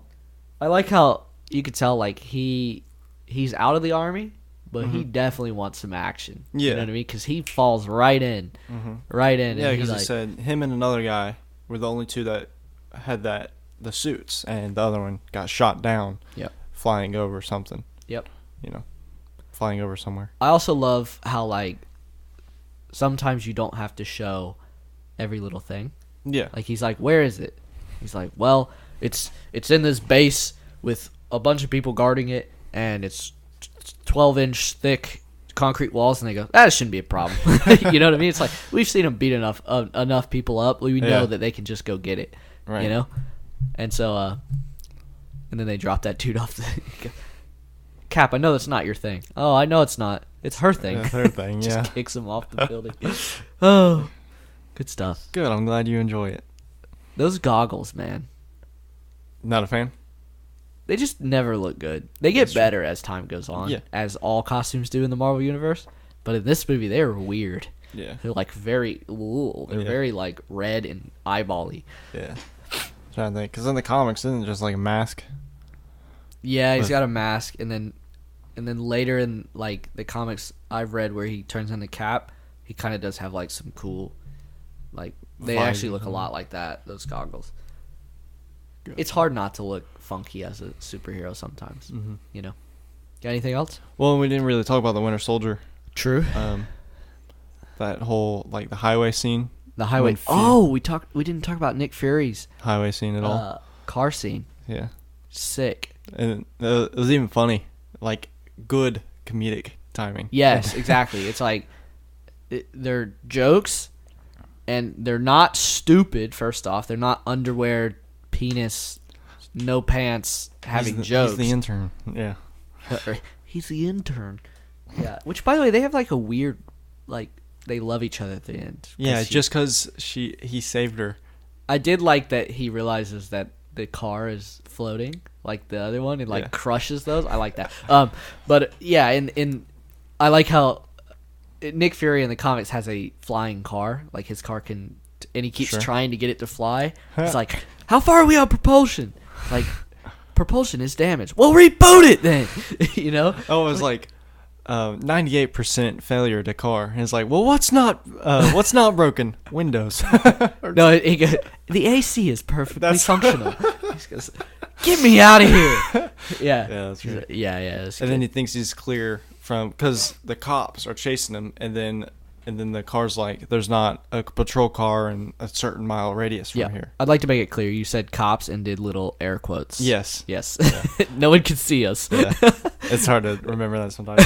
And then he thinks he's safe, and then Winter Soldier's just and he's all blurry, and he finally focuses on the road. Yeah. You know what I mean? Because the car's just kind of driving for him, kind of. Because before this, you've seen snippets of him. You haven't seen him in a full out scene. Yes. Quite yet. Yep. So. And you get to see him. He shoots that dope thing that goes underneath the car. Man, blows him up. That's good explosion right there.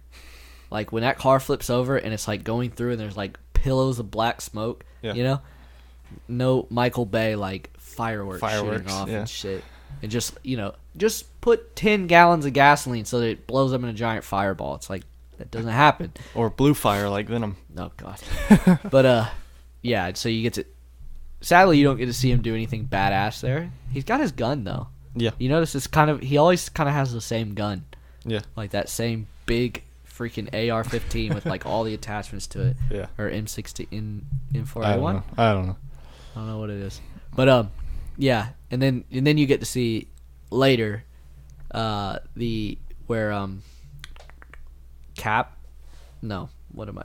Oh, I like the scene where Winter Soldier is sitting in that dude's house. You know? He's call the asset. And so he shows up at his house and he's tells him what he needs to do. And the cleaning lady comes back. Ooh. And that is just a super smart scene because it one sets up the plot for why Winter Soldier's going after him. 2 shows that everything is infiltrated. You know what I mean? Hydra is definitely, even that guy's bad. And 3, it shows how evil of a guy he really is. Yeah, clean. You know, he's I really wish you would have knocked. You know, and just murders her in cold blood. Yeah, it's pretty brutal. You know, and then you get to see when does I'm spacing. So they interrogate him on the roof. When does Winter Soldier show up and Captain start chasing him? What are they doing? I think it is that scene. Yeah, but because I remember, I'm pretty sure he's in civilian clothes, but he throws his shield at him, and he catches it, and then disappears. He's on top of the roof, but you get to see Captain chase him through multiple buildings. Yeah, it's pretty sick. And he throws the shield, Bucky catches it. I don't remember what he does. He throws it back, and Cap oh, yeah, and then he disappears somehow. He just jumps off the building. Yeah, and it's gone. Yep, and that's the first fight scene. And does he realize that he's Bucky in that scene? No, he says, because Cap says, Bucky? He's who the hell's Bucky? Ah, right. Mm-hmm. It's not until the final fight scene that he realizes he's Bucky. Yeah, because he's talking to him. Yeah. He's talking about him. He's trying to figure out why the hell he's... Yeah. Yep. It's great. It's fantastic. I like Romanoff. I like her fight scenes. Yeah. She's so,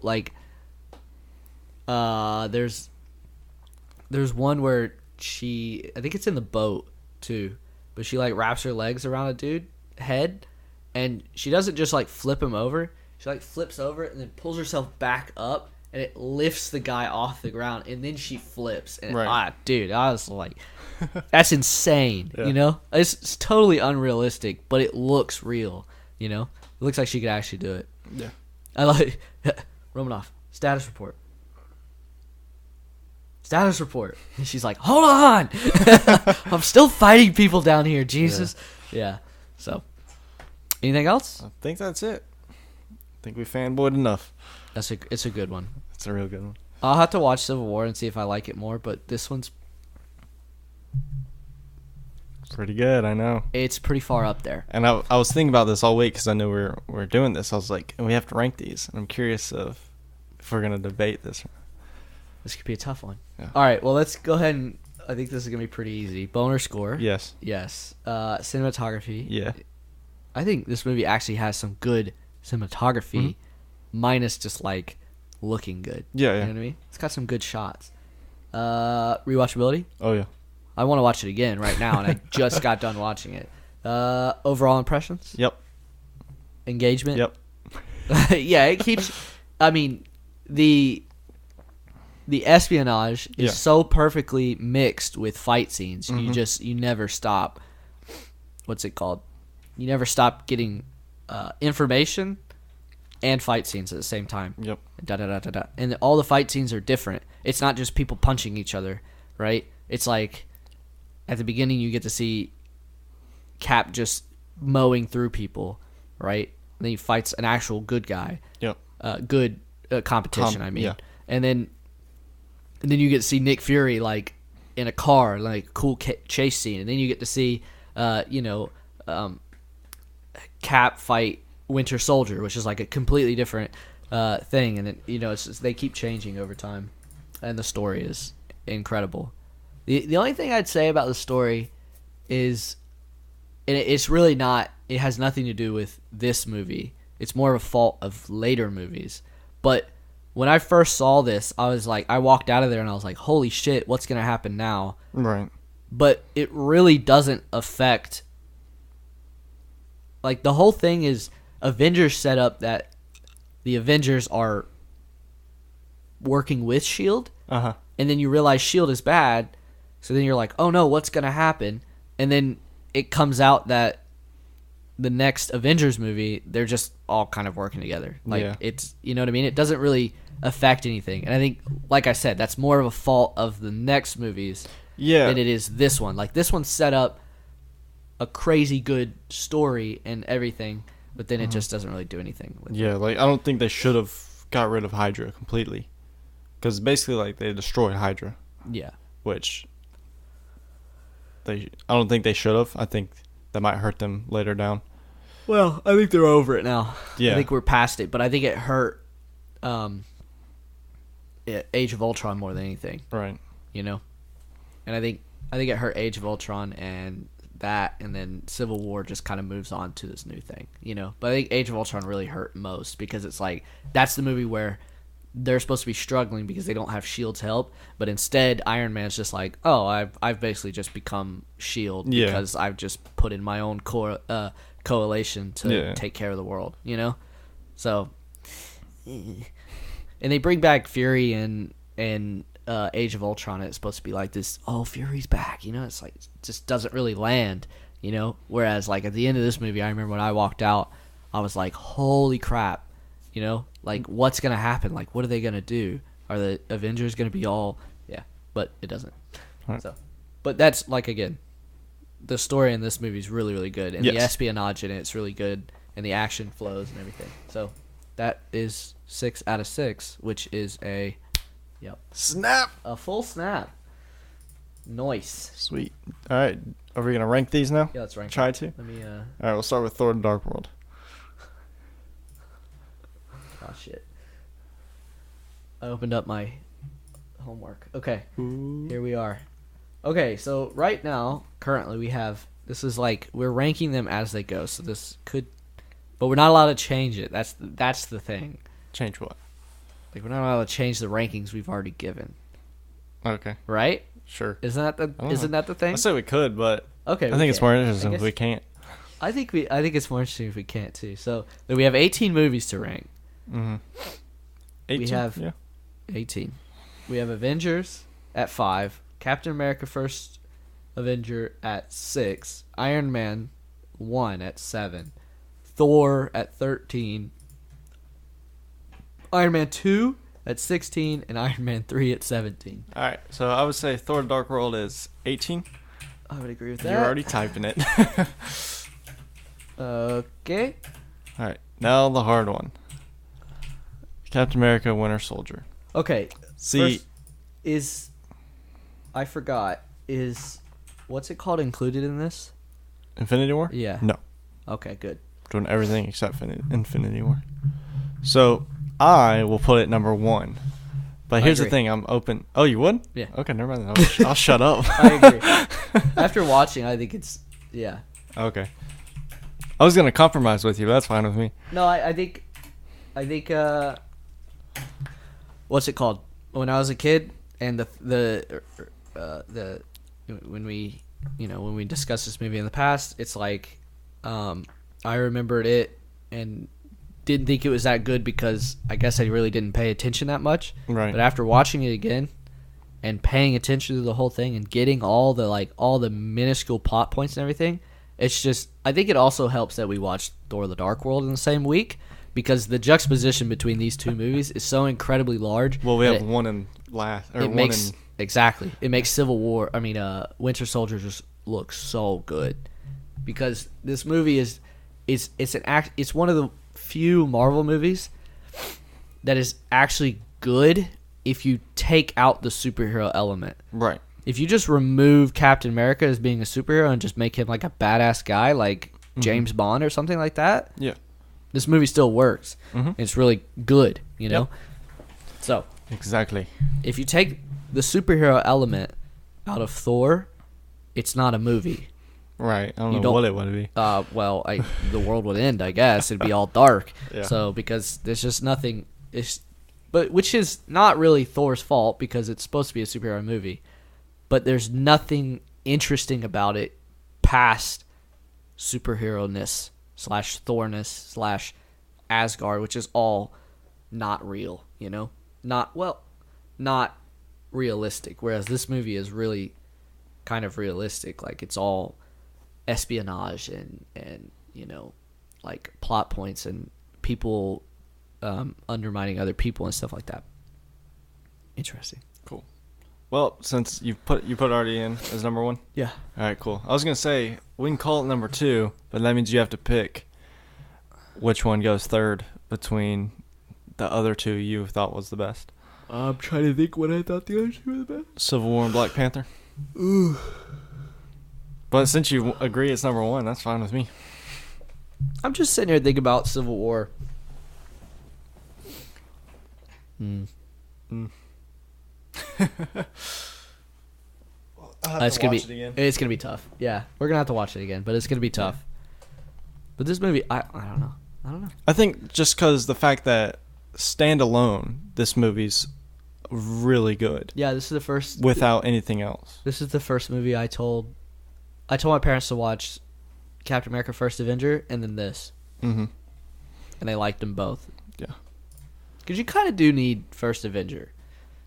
Yeah, but for Bucky and Zola and all that. Yeah, in the beginning they do a decent job of. Well, there is that Zola scene where he literally just spells it all out. Ooh, interesting fact. They have set up. If you were really a keen viewer back in the day, you could have predicted that Bucky was part of Howard Stark's death. If right. You were super keen, because it says that Hydra was in charge. Accidents happen, right? Is that what you're talking exactly about? right? Mm-hmm. And so if you were really really keen, yeah, you could have figured that out. Yeah, way back, which is just incredible. Which is a very big driving force in Civil War. Well, it's a huge one. One of the. It basically creates the final fight scene. Yeah. It figures out, and it's a fact. And it's also cool because Captain America knows. Mm-hmm. also find it funny that Captain America just goes to his own museum every once in a while. He's just like, yeah, I'm just gonna go to my own museum. Yeah. By the way, if that kid had saw Captain America, no way he would have stayed quiet. Well, I'm trying to think. No way. I saw something about it. Why kids always notice superheroes and adults don't. Yeah. It's because kids look up figuratively and literally to superheroes. Yeah. And so they're more inclined to be like, hey. You know what I mean? I get it. Mm-hmm. Versus just like, oh yeah, that's some dude. Because how often do you just go around looking at people as you're walking by, you know? not very often, no. You're always like head down, like, mm-hmm. I'm a pretty observant guy, but I don't kids like. don't care. I'm not looking for people. I'm just looking like around. You know what I mean? Kids are more like, oh, I know that guy. That's yeah. I get that. That's interesting. Yeah. All right, you ready for 8 for debate? I am. It's not really a debate. Not a debate, but This is just kind of a topic that we want to talk about. See, the thing is, when we did a couple lists ago, was it like dream castings for something? You had one for if Stan Lee ever passed. Which, sorry. You jinxed us. I don't want to say I did that, but I did. That's the first thing when I heard he died, I was like, oh shit.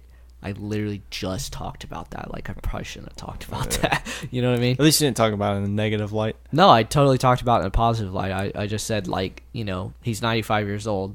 It's going to happen eventually. And this is how we should commemorate him. Yeah, and that's our A for debate today. Exactly. Yeah. So you go first, Mike. Good sir. Well, I mean, that also stays true. I think. What was the guy's name?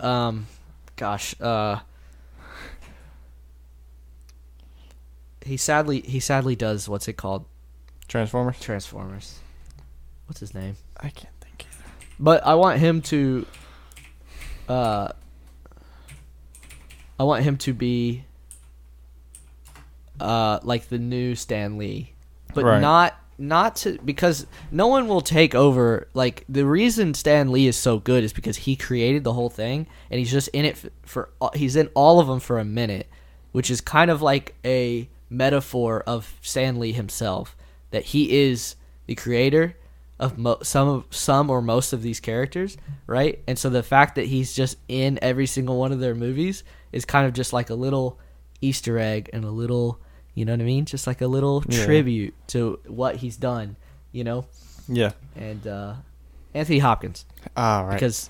And I want Anthony Hopkins to be a watcher and to show up and be kind of just like, I don't know, just kind of just be like what do you call it?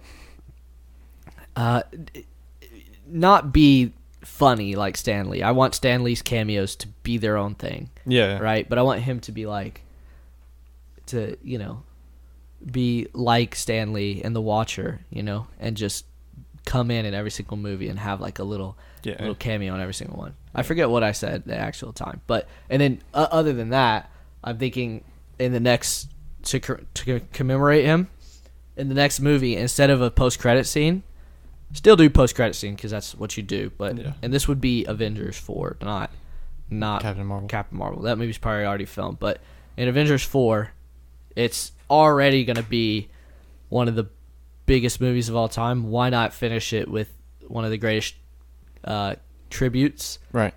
And I think we should. I think it's just perfect because Avengers 4 is kind of the end of an era, you know? Yeah. And so I think you just do a recap of all the movies. And I'm talking like Stan Lee's been a part of all of it. So if Marvel could hit up Sony and hit up Fox and just be like, can we get to use it just a little bit, and just literally all the way from like the Sam Raimi everything, you know, just like, and show like some of his cameos and everything, and maybe just have a commentation of some of his famous quotes or famous interviews of him. 'Cause he's got a lot over the top, right? And then have maybe some of our favorite people talk over the top, like have, you know, Robbie Downey Jr. and Chris Evans say some words about him and everything like that. I think that would be really cool. And then just kind of end it with Kevin Feige just being like, I promise to take what he's built, you know, what he's given us, and to do it justice for the years to come. You know, Uh-huh. I just think that would be a really cool post-credit scene and end. You know, Mm-hmm. and then you know how at the end of every single Marvel movie, most of the time they always say blank will return. Yeah. I want it to be like Stan Lee will Live on. live on forever, Right. you know, or something like that. That would be Mhm. cool. Cool. What you got? So mine's a little tricky because I went with the idea of making it canon towards the movies, kind of. Okay, I want them to go like all in on him being the Watcher. that'd be sick. You know, like I'm sure it's not impossible, but like give him a scene in the movie Mm-hmm.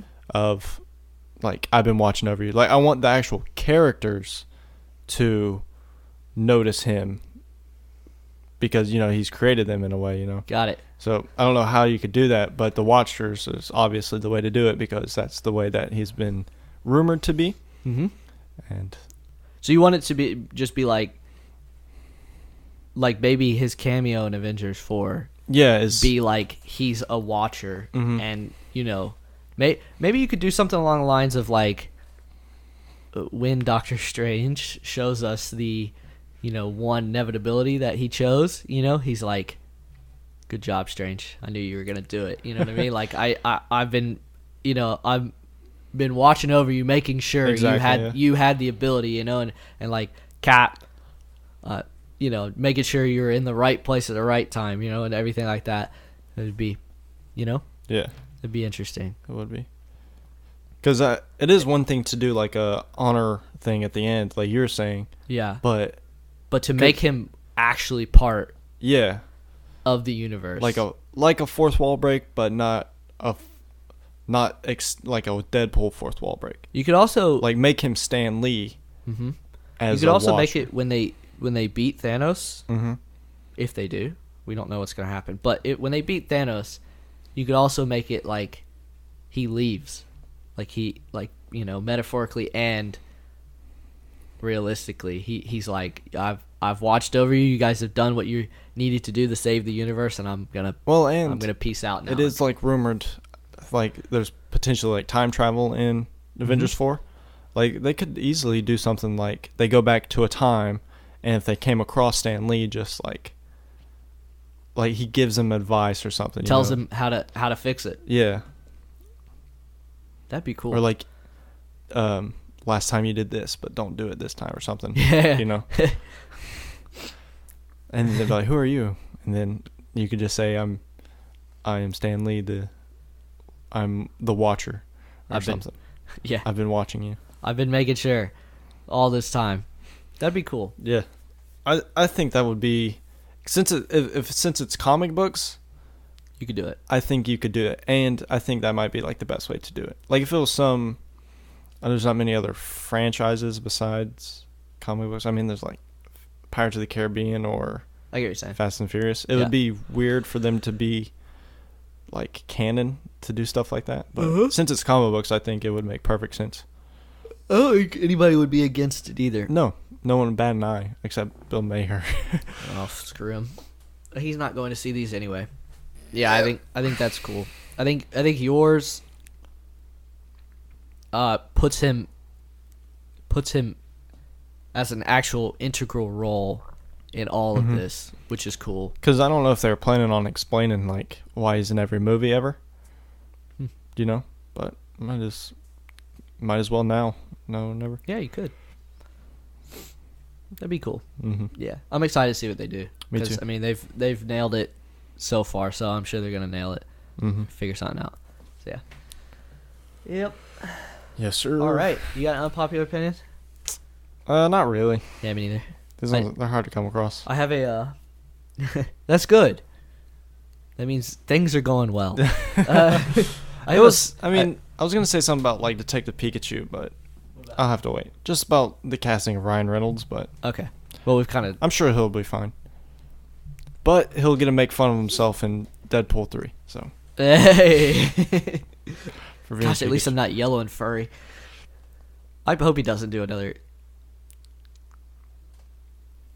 green like joke. Like, Don't make please it don't animated. Please Yeah. don't make it green and animated. Mm-hmm. I saw.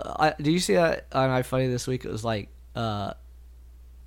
sometimes you have to give them a second chance, and it was like all the people, and then it was like, but some people take 3. And it was him. It was him as Deadpool the first time, Green Lantern, and then Deadpool again. It was like, hey, you finally got there, buddy. Which the bad Deadpool. Yeah, the bad one. Yeah, you know what I mean. X-Men one. X-Men Origins. My sleeper is not really a sleeper because you've talked about it. I actually watched Big Mouth.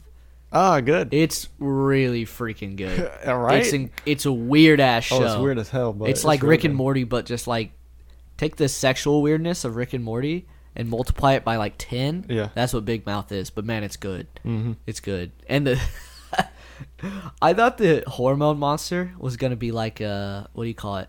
Like a every once in a while kind of thing. No. It's just there like every episode. Yeah. Like, God, it's so funny. That show is so funny. I love it. Did you start it from the beginning? Yeah. Oh, okay, I'm cool. not too far in, but I know Okay. I'm gonna love it. Yeah. Like, it's real good because everyone that is on that show is very smart. funny. Oh yeah. And they got Jordan Peele and you know, They got Nick Kroll, John Mulaney. Those guys are all amazing. smart. Yeah. Those guys are all smart. Mhm. I love the ghost of what is it? What's his? I don't know. It's I don't know. the Peele. It's Jordan Peele. Yeah, it's Jordan Peele, but I Duke love Ellington. Duke Ellington. Dude, the dad of, gosh, you gotta help me out here. Not Andrew. Huh? Andrew. John Mulaney's character. Yeah. The Right? the mom and dad of the other kid.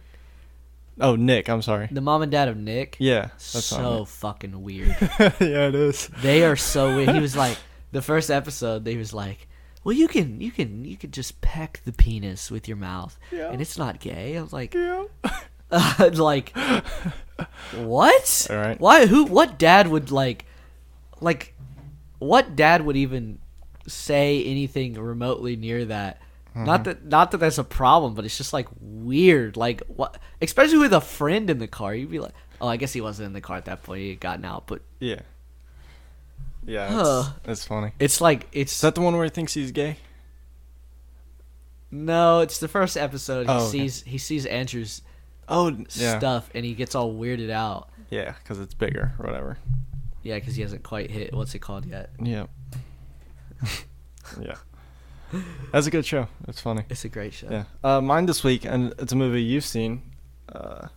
After I watched all those movies and stuff, the movie YouTube clips and stuff, it came on my suggested, and it made me want to watch it, so I did. It was The Big Short. Oh yeah, That's a good movie. you've already seen that, right? Yeah. Yeah, that movie's great. Yeah.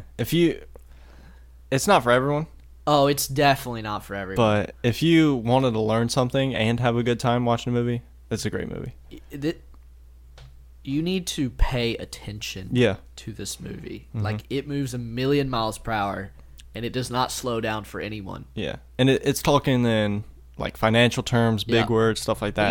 You don't need to understand every single Yeah. thing financial. Like, they're gonna talk like, But they do Unless you- they do good jobs of explaining it because They they're do. like, here's world-renowned chef, whatever his name is, to explain what this means. exactly. You know, Yeah. He's like, I have this fresh fish that didn't sell the night we got it, so I'm gonna throw it in the stew and sell it at a high price, even though it's 3 day old. But they don't know. Exactly. You know? But it's like, I don't know. They throw a lot of.